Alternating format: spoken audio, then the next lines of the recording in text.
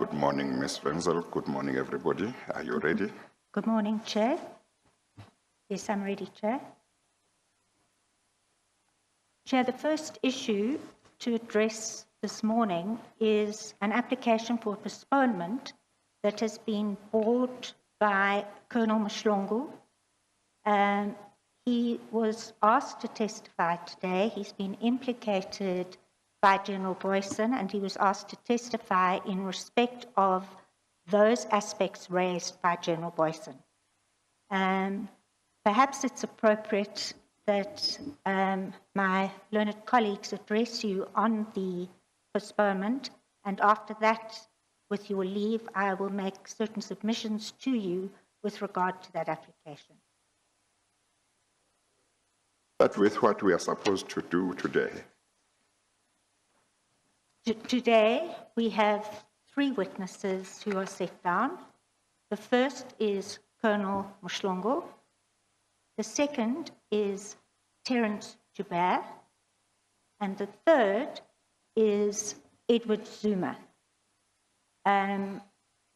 If you would like me to deal with all 3 at this stage, I will, or would you like to deal with the first deal with this application? Tell me what is the position with them? With the other witnesses? With the ones you have mentioned? Yes. With regard to Colonel Mshlongo, he has brought an application which we will deal with. I can address you on the background to his evidence, just for the purposes of the public and understanding what his evidence is about. No, I understand the context. Yes. I just want you to address me on what is going to happen, what's the plan about those 3 witnesses? The plan about the application for a postponement is the attitude of the evidence leaders is that that application should be granted, although I would like to address you on the issues that have been raised in the affidavit, just to place on record what has transpired between the Commission and Mr. Mshlongo's attorneys. But after discussion with them, it is felt that there are aspects that merit a postponement, and the reasons for that are that affidavits have come in late. The second is that one of the main aspects that, in respect of which Mr. Mshlongo was implicated, was that a person called Terence Joubert had deposed to an affidavit annexed to General Boyson's affidavit, in which he had stated that he had been approached by Colonel Mshlongo in order to dig up dirt on Advocate Nkosana. Well, you are now going into the into aspects of the postponement application. Yes. I thought you wanted to do that later. Yes, I wanted I'm you just to tell me okay. what are your plans about the 3 witnesses? That's all I wanted to hear. Yes. In respect of the second witness, who is Mr. Joubert, what has transpired, Chair, is that he deposed to us, which is also related to Colonel Mshlongo's affidavit. He deposed to an affidavit in support of an affidavit deposed to by General Boyson.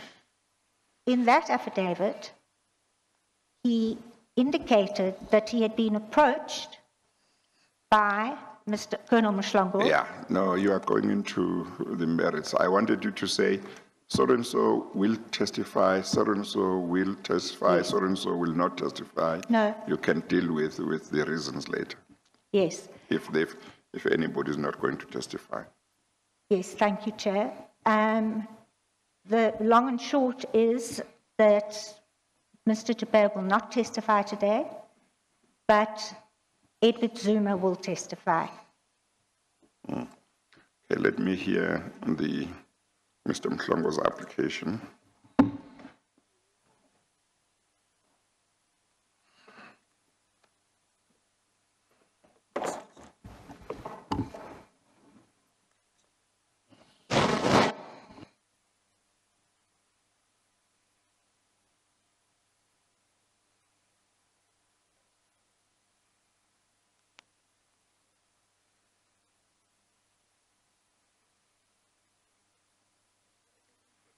Yeah. You want to just place yourself on record again? Thank you. Chairperson, I'm Manala M.E. I'm instructed by Maringa attorneys and we both appear for Colonel Mhlongo, Yes. who is then scheduled to give testimony today. Yes. And we've since then prepared an application for the postponement of his testimony. Yes. And if you permit me then, Chair, I'll take you through the application. Yes. Chairperson, the starting point is that Colonel Mhlongo was given a notice in terms of Rule 3, informing him that he was implicated by Major General Boyson. Now, he was referred specifically, I believe, to paragraph 42 up until paragraph 46 of Boyson's affidavit. And there arose two issues. The first was that there is a recording which evidences wrongdoing on the part of Mhlongo, and the other part was that there is also an affidavit that evidences wrongdoing on his part. So there were two complaints that he had then to address. In dealing with the complaints, he asked then to receive a copy of this recording, which is mentioned as the first complaint. And we've since then been told that even if that recording is to be given, we would require specific equipment in order for us to be able to listen to that. But we've now been told that arrangements have been put in place to enable us to listen to that recording. So that would then address the first complaint that we have in relation to the audio. That is the audio recording. When was the first request made for that recording? So, Chairperson, what you would have noted is that when the affidavit was presented, that is the first affidavit, an answering affidavit was put up, and after the answering affidavit was put up, a replying affidavit followed. Now, when we received the replying affidavit, we then responded with a supplementary affidavit, and it is in that supplementary affidavit that we then mentioned that we require to be placed in possession of those recordings. I'm trying, Chairperson, to get the date of the supplementary affidavit, but I can assure you, Chairperson, it is sometime in September. Last year? September last year, yes, 2019. So that was then put in, and there was correspondence all along. After that? After that. Yes. The latest part of that correspondence concluded on the 23rd, Thursday, last week, 23rd of July, 2020. And it was then that we were told that even if we were to be given that, you will not be able to listen to it because it requires specific equipment. Or that is now recently? Yes, we were told then recently. So that is insofar as that complaint is concerned. But related to that complaint, Chairperson, there would have been two other affidavits that then followed. That is the affidavits of Padiaki, I believe it's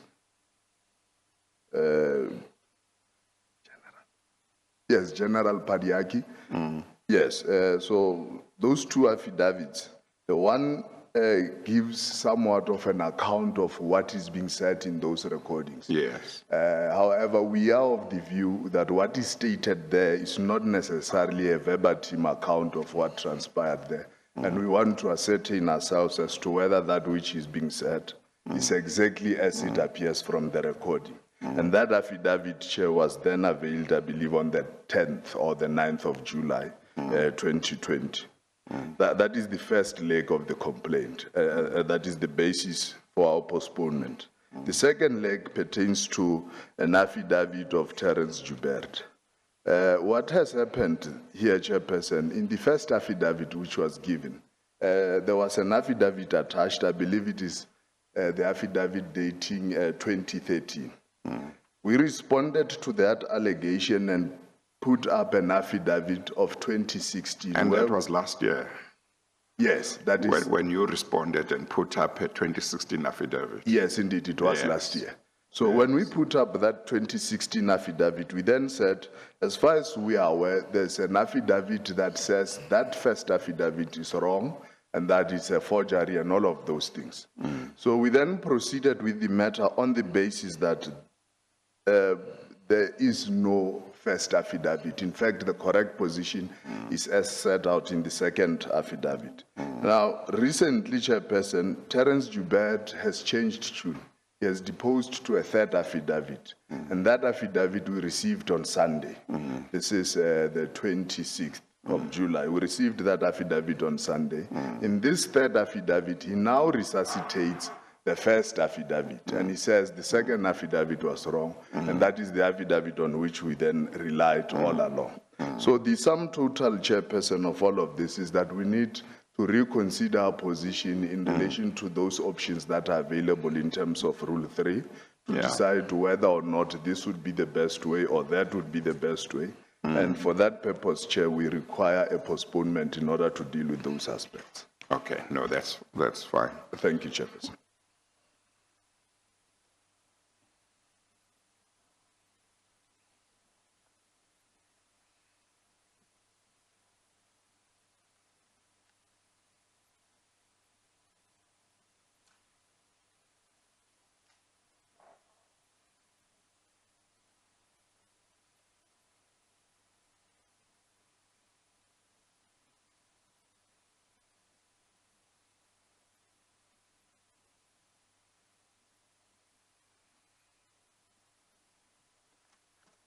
Yes, why was,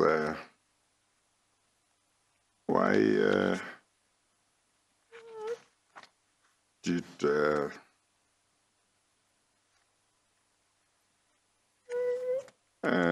commission not give the recording much earlier to Mr. Mhlongo? Switch on the mic. Chair, with respect, as was indicated by my learned colleague, there was a lot of correspondence that followed that first request. What the Commission first thought was requested was the recording that was played during the evidence of Colonel Boyson. And there was correspondence stating that. Then the issue of the recording of the transcripts, I mean the recordings, the Act 70 recordings, those recordings were never in the possession of the Commission. The Commission has never had them. A summons was issued and Colonel Padiachi provided those recordings to the Commission yesterday. For the first time, the Commission saw certain transcripts relating to Colonel Mhlongo, relating to those recordings. It is our understanding that there are very strict requirements with regard to the evidence chain of those recordings. That recording that you're talking about is the one that General Boyson testified about, isn't it? That is the recording that the Commission initially thought was being requested. When it then became apparent that the recording that was requested is the actual Act 70 recordings done by Colonel Padiachi, the Commission has never been in possession of those recordings. No, let's get clarification. Yes. During his evidence, Major General Boyson, if I recall correctly, testified about a certain recording. Yes. I'm asking whether the recording that Mr. Mhlongo asked for is the recording that Major General Boyson testified about. Chair, if you're talking about the recording on the telephone done by Terence Joubert, that recording was provided. It was provided pursuant to a Rule 3.3 notice, and it was subsequently provided. No, I'm not talking about that one. Maybe, it may be that Major General Boysen testified about 2 recordings. Yes. Well, I think both are important. Chair? There is the recording. He testified, the one that I remember well, he testified about is the one relating to or connected with the investigation of Mr. Pandey Yes. that was done in terms of some statutory provisions. Yes. Yeah. Is that the one that Mr. Mhlongo asked for? Well, it appears that that was requested at a later stage, and it arose in these circumstances, Chair. What occurred is that, in fact, the affidavit of Colonel Padiachi, annexed to Boysen's affidavit, did not deal at all with Colonel Mhlongo's evidence. Okay. What occurred which that recording did Mr. Mhlongo ask for? That's what I'm trying to, I want to identify it yes, first so we know what we're talking about. Yes, it was that recording, but Chair, you will remember It was which recording? it was the Act 70 recording. Okay, yes, now we know what you're talking about. Yes. That one, Major General Boysen did testify about that, I recall. Yes. Yes. Now, what then occurred is General Boysen testified, this is what was told to me by Colonel Padiachi, who was the person in charge of the Act 70 interceptions. He was the person who actually listened to the recordings. So you will remember, Chair, that the response that then came was, I don't need to deal with this because it's hearsay. What response are you talking about? Why would I know that response? Chair, in the application to adduce evidence, and in fact, there wasn't an application brought by Colonel Mhlongo to adduce evidence. It was an application in terms of which he deposed to an affidavit, in which he said, I would like to just place this affidavit before the commission, and he didn't ask that he actually testify before the commission. That was an issue that then arose when this matter was set down. Ms. Wenzel, you are all over the place. Yes. I'm trying to make sure we are on the same page. Yes. I thought we have identified what recording we're talking Yes. about. You see, Mr. Mhlongo's application for a postponement seems to be based on 2 things. One, that he asked for a recording, quite some time back, and was only told recently that it's available, but certain equipment would be needed for him to be able to listen to it. Yes. So I'm trying to establish which recording are we talking about. And from what you have said is the recording that Major General Boysen spoke about relating to the interception of telephones. Is that right? That is correct. Yes. Now, why was it not supplied to Mr. Mhlongo all along?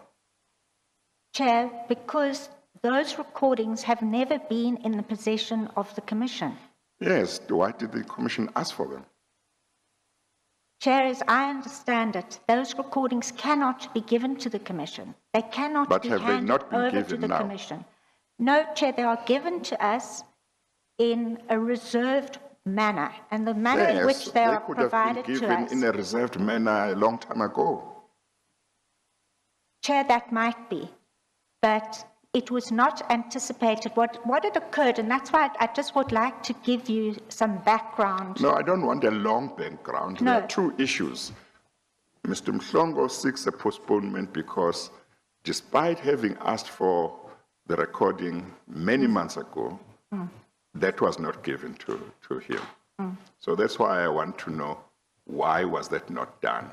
because we are now faced with a situation where there must be a postponement. And yet already last year, he had indicated, from what I understand, that he needed this. And now his application, if this was indicated in September last year, that means it's been about 9 months or 10, I'm not sure. It's been about 9 months. So my question is, why did the commission not make sure that he got this on time?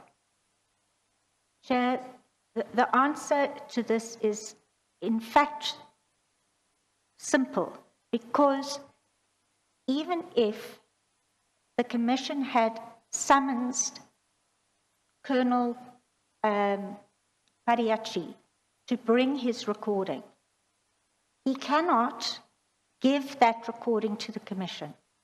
The commission cannot play that recording. What did the commission do to try and get the recording?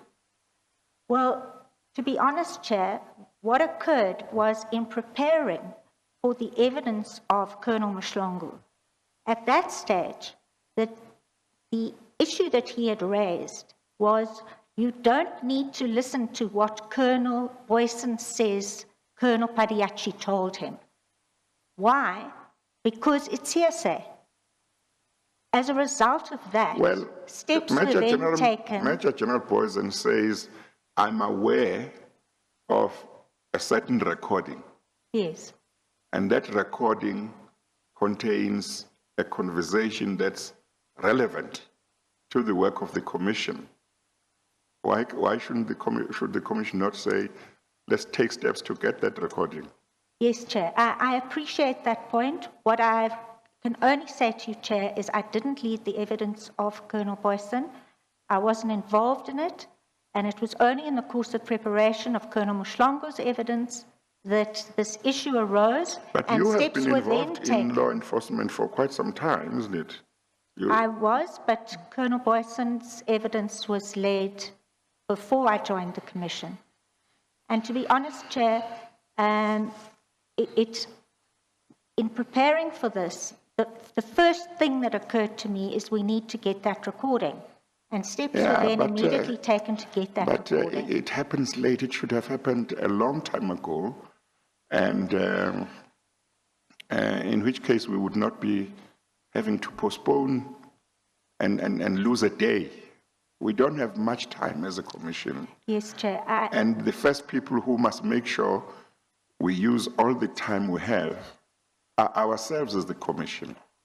The legal team has got to make sure that these things are looked at long in advance before the date of hearing.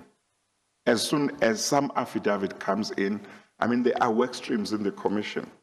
There's the law enforcement agents. There are people who are dedicated to that, including members of the legal team. And I've always said the investigations must be guided and directed by the legal team. Yes, I understand. Which means I'm not going to blame the investigators. The legal team are supposed to look at affidavits and say, this is what we need, this is what we need, this witness must be interviewed, and so on. We are going to need that. We are going to need that recording and drive the process. And they are the ones who know what will be acceptable legally at the hearing in terms of evidence. And then the affidavit that of Mr. Yube, because they rely on two things, is the fact that they were not given the recording, two, that they only were given the latest affidavit of Mr. Yube on Sunday. Yes. Why was that affidavit only obtained so recently or given to them so recently? Chair, at all times, Mr. Jabir was represented by an attorney. There was communication, constant communication between the commission and that attorney. It was only, as I understand it, on Friday or Saturday morning that the affidavit was provided to the commission. Once it was provided, steps were immediately taken to write a letter to to Mr. Mshlongo's attorneys and enclose that affidavit. So, with respect, Chair, that was not an issue that was within the realm of the Commission. What then transpired is that having Well, had that I affidavit... guess that with regard to Mr. Joubert, the Commission may have been content that there are two affidavits deposed to by him, one relied upon by Mr. Nxasana in his evidence, another one relied upon by Mr. Mhlongo in his affidavit, Yes, and the Commission had made arrangements for the person who administered the oath to Mr. Joubert in regard to the first affidavit to come and give evidence to say he knows Mr. Joubert and he took his oath freely and voluntarily in regard to the first affidavit, and that Mr. Joubert was going to have to explain on the witness stand why there was a second affidavit. yes, So from the Commission side, there might not have been an arrangement for an affidavit. Mr. Joubert would have to explain in the witness stand about how the second affidavit came about. yes. But the Yeah. fact of the matter is that through his attorney, the Commission did receive the third affidavit. And in that affidavit, he says, my second affidavit is not correct and my first affidavit is correct. He then, after that, Chair, has had communication with the Commission saying this third affidavit he is now deposed to is an affidavit that was not in accordance with his attorney's instructions. As I understand it, he still says that the first affidavit is correct, but there are certain aspects in it that he doesn't like. His attorney has now withdrawn, and we Yeah. are now faced with him now having to explain this Yeah, issue well, he will before the have to Commission. explain. I think what will be necessary is that a date will have to be determined when Mr. Joubert must take the witness stand. He can explain whatever he wants to explain on the witness stand.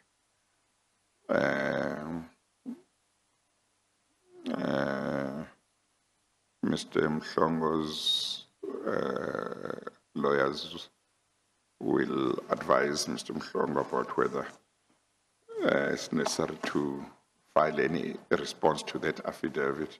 But I think what will be important is to fix a date, let Mr. Joubert take the witness stand and explain explain. himself. Yeah. Yes, Chair. All right. That's fine. I'm going to postpone the hearing of Mr. Mhlongo's evidence to a date to be determined.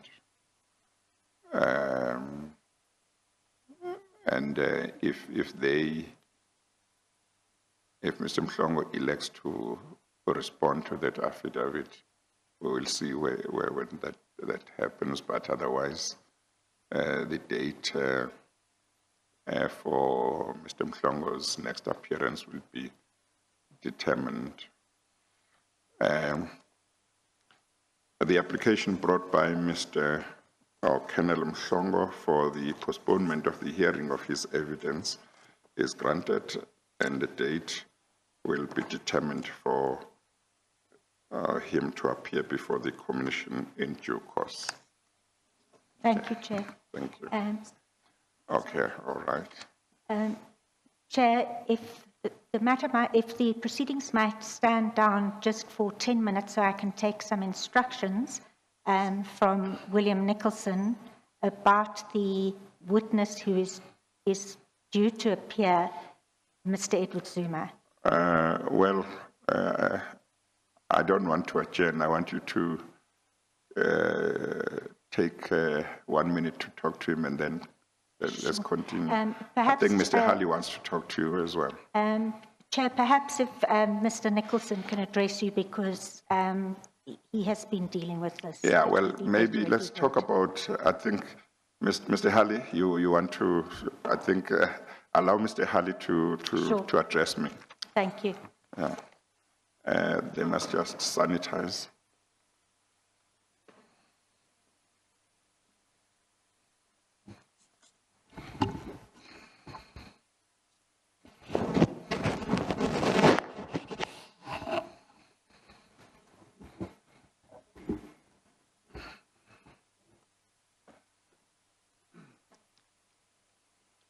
Good morning, Mr. Chair. Good morning.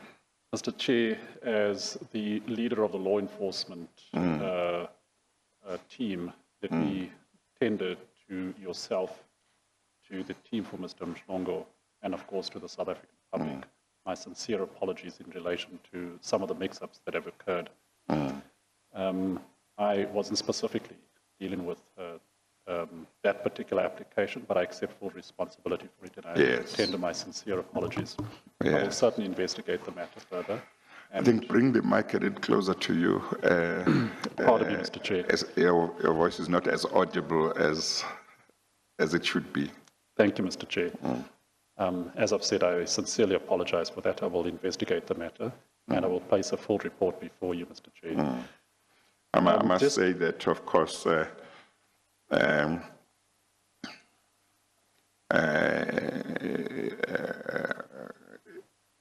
you joined the commission late. Some of the things happened when you were not here. But I accept the responsibility, Yes. nevertheless, Mr. Chair. yes. Mr. Chair, just one matter that has, and I fear that Ms. Wenzel may have said something which might have given an incorrect impression, and I just wanted her, perhaps through herself, to have corrected it. It must be emphasized that we do not have, the Commission does not have the recording in respect of that Pan-Day discussion. Oh. We still don't have the recording. We have listened to the recording. Yes. We cannot obtain the recording. What we've managed to get most recently is simply the transcript. Yes. And that is what will be made available. What we can make available to the other side is the opportunity to listen to that recording. But the recording itself, even if we had it, and even if we made it available to the other side, which, as I understand it, we cannot obtain, but even if we did that, they would not be able to listen to it because it's encrypted. One requires specific machinery to Yeah. be able to listen to the recording.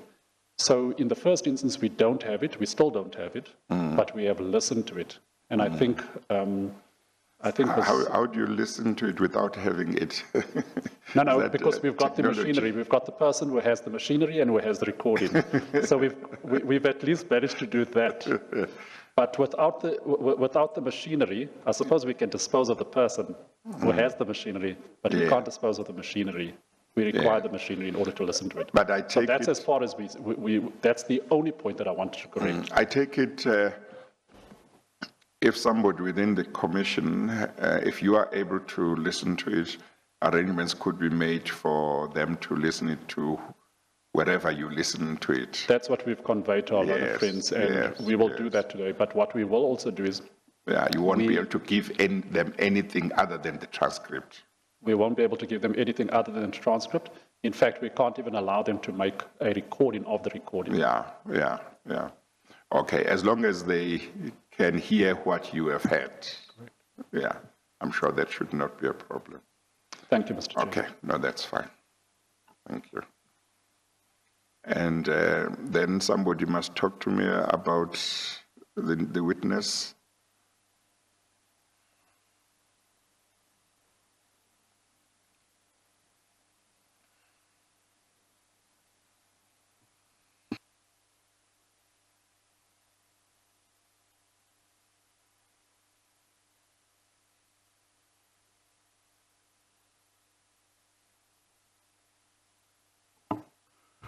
Good morning, Mr. Chair. Good morning, Mr. Nicholson. Mr. Chair, A witness will also have appeared today as Captain Edward Zuma. Captain Edward Zuma is a retired member of the Hawks. When we managed to get hold of him about 3 weeks ago, I personally spoke to him, and he conveyed to me that his wife had contracted COVID, or somebody in his household had contracted COVID. He's displaying all the symptoms, and he went for all the tests. Last week, when I got hold of him, he still had not had his test results, and I've been trying to get hold of him this entire week, and I can't get hold of him. The issue is he's now retired, so we can only call him on his cell phone. He does not even have a email. With regard to, I did convey to him, because with the discussion we had with the DCJ, we did convey to him that he may be able to testify remotely. He said he was willing to do that, but since then, when I've been trying to phone him to make those arrangements, I just couldn't get hold of him. And I have been phoning him every single day from last week. With regard to the issue he was to testify about, Mr. Terence Juba is present, and I confirmed with him again this morning that he does not detract from the affidavit that was commissioned by Captain Edward Zuma. Well, the thing about Mr. Yube is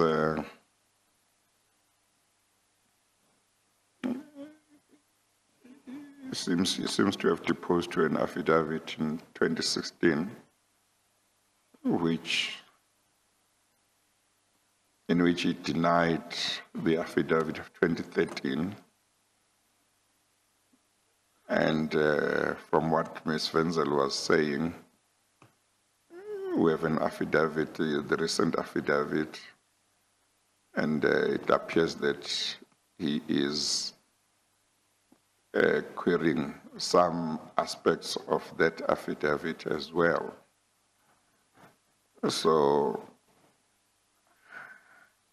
it does make it difficult to know what else he will deny before the next date he takes the witness stand. Indeed, Mr. Chair. Mr. Chair, as I understand, Mr. Juba does not deny the first affidavit, and he still maintains it. As of today. I beg your pardon? As of today. Not as of does today. not deny. No, not as of today. Okay, if I can just give a brief background. The affidavit was sent to me late on Friday. That's when I distributed it to the Secretariat, and I made arrangement for it to be distributed to Mr. Mhlongo. Late on Saturday evening, I received a call from Mr. Joubert, where he explained to me that his explanation for why he made the second affidavit was not part of his instructions, but he stands with the first affidavit. Well, is Mr. Yube in this room? He's present. It may be that, for what it's worth, even if for whatever reason he might not be able to give evidence that covers everything, it may well be that at least he should take the stand and confirm in front of me whether he still stands by that affidavit of 2013, because if he does that, we may not need to call Mr. Zuma for another date. Indeed, Mr. Chair. It may well be that we might need to do that, but I think counsel for Mr. Mhlongo are excused. But you might wish to reflect that and maybe discuss with Mr. Halley, Mr. Nicholson, as to what may need to be done about Mr. Zuma. So I think I will adjourn to enable all of you to talk about what should happen. I'll adjourn for 10 minutes. We adjourn.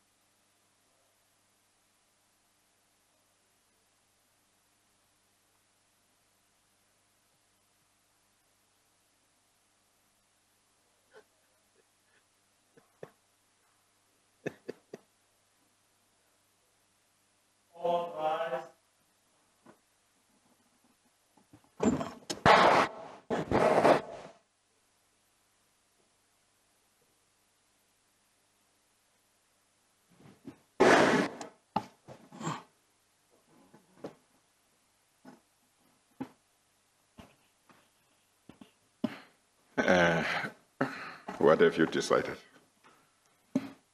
Mr. Chair, Mr. Juba is here and he is willing to confirm that affidavit. Yeah, let's do that then. May I Please take the oath? administer the oath or affirmation.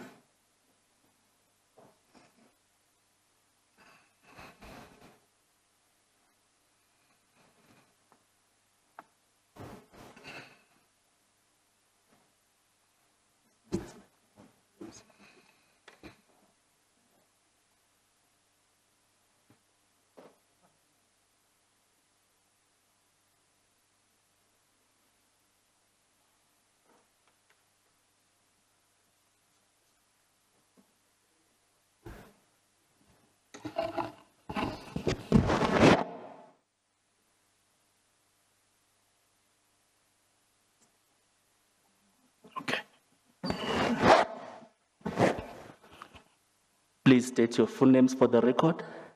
Terence John Uber. Do you have any objection to taking the prescribed oath? No. Do you consider the oath to be binding on your conscience? Yes.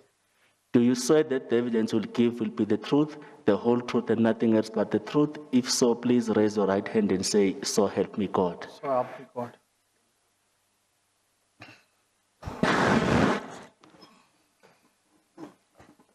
Thank you, Mr. Yube, for coming to give evidence.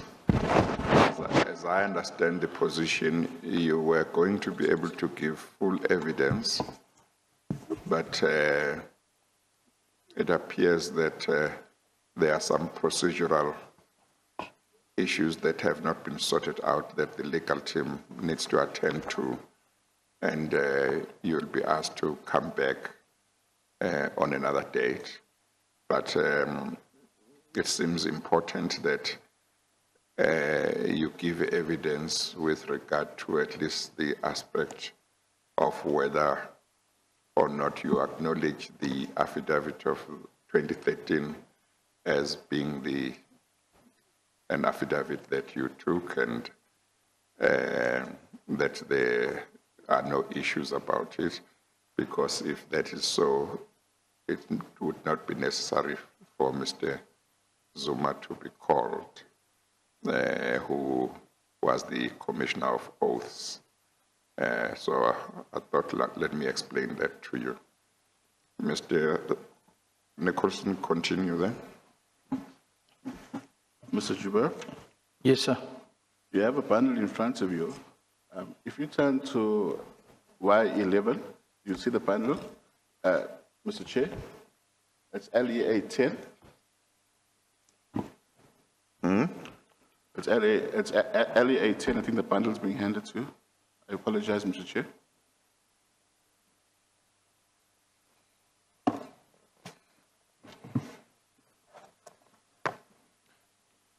Okay, that's bundle LEA 10. That's correct, Chair. Okay. The LEA 10, Mr. Chair. Don't speak too far away from the mic. LEA 10 has 3 exhibits in it. The exhibit we're going to look at is exhibit Y11. So there's exhibit Y10 and there's exhibit Y11. And at what page is it? Mr. Chair, it's in a folder, in a blue folder. So it's in a blue folder. So Yeah, there's- but what is the page number? It starts afresh from 1 again. It starts afresh from page number 1. Page number 1. So if you go to the file, you'll see the file has 3 blue folders. The first one is Y10, the second one is Y11.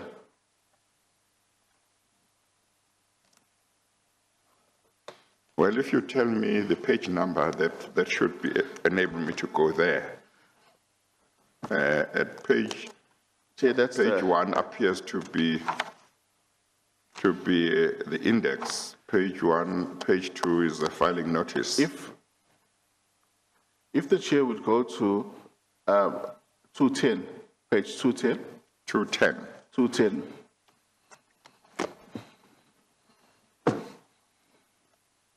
After 210, the chair would see that there's a folder Y11.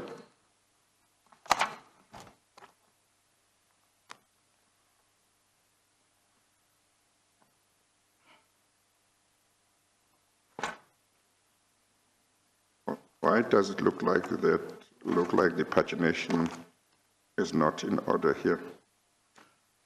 Chair, what I think this is, I think that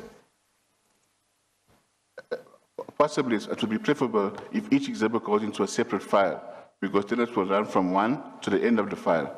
But in this case, we've got 3 different exhibits, so it runs to one, to the end of the exhibit. In the next exhibit, it starts at 1 again. Yeah, but I've spoken about that quite a few times. That's not the way the pagination should be done. Indeed, Chair. What I would endeavor to do, since we're only going to deal with one exhibit here, is perhaps to remove the other exhibits out of the file and put them into separate files.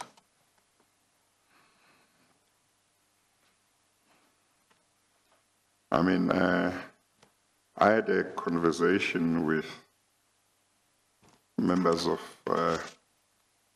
I think, I don't know if you were there yourself, but Mr. Harley and Ms. Wenzel were there. We had a discussion. Was it early in the week? Was it on Monday? Or was it last week? When Remotely. I clarified this issue of pagination. Indeed, I was present. Yes, so why is this bundle that was meant to be used today not paginated in the way that I said they should be paginated? Mr. Chair, as I understand, it's the file is not paginated in the way that the chair requires from what I understand from the chair now. But each individual bundle. No, I'm asking why is it not paginated the way in which I said files should be paginated?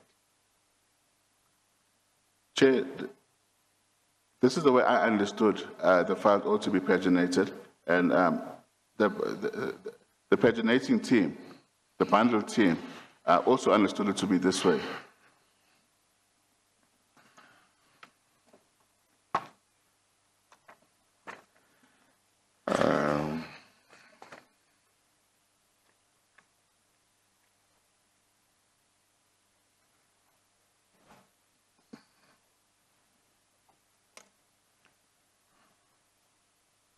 Well, the pagination is not in order.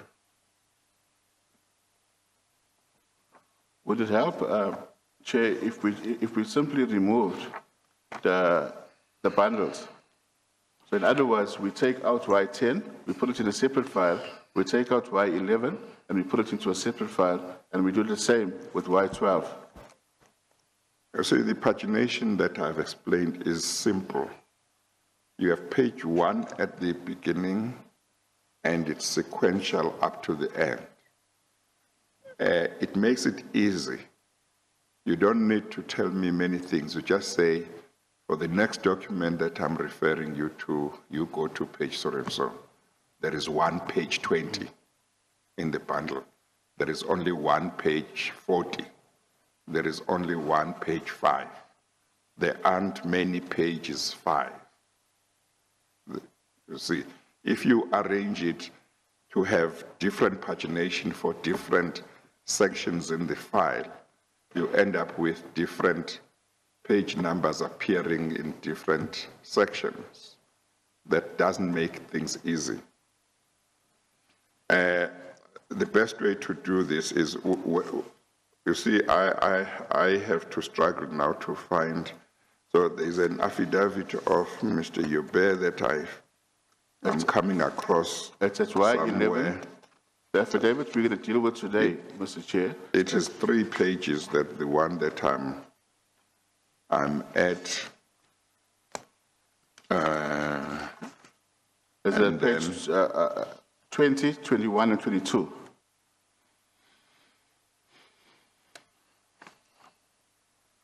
It's Y11 TJJ 0, 20, 21, and 22.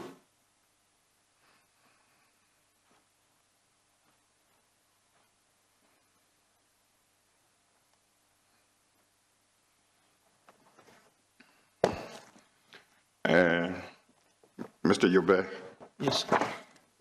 you know about the 3 affidavits that we are talking about that you have signed, is that correct? That's correct. Yes, the one was signed in 2013, another one was signed in 2016, and I understand another one was signed recently, is that correct? That's correct. You know also that the one that is signed was deposed to in 2016, effectively disowns the affidavit of 2013, is that correct? It denies what is in that affidavit, or denies that you know about that affidavit, is that correct? Yes, that's correct. Yes. And in the 3rd affidavit that you signed recently, you explained how the affidavit of 2016 came about, is that correct? That's correct, sir. Yes. Now, in the affidavit of 2013, you testified about certain matters that you heard about from Colonel Mhlongo, is that correct? That's correct, sir. And you had recorded him, is that correct? That's also correct. Who did you depose to, before whom did you depose to that affidavit? It was commissioned by Captain Zuma at the time. Yes. Yeah. That affidavit, did you depose to it voluntarily and freely? That's correct. Yes.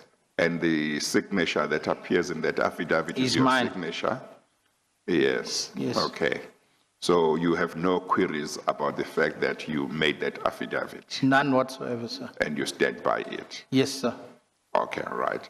I think for present purposes, that's what we needed to be dealt with. And then another arrangement will be made for you to come back, and then you can give evidence about the content. And you will also explain how the 2nd affidavit came about.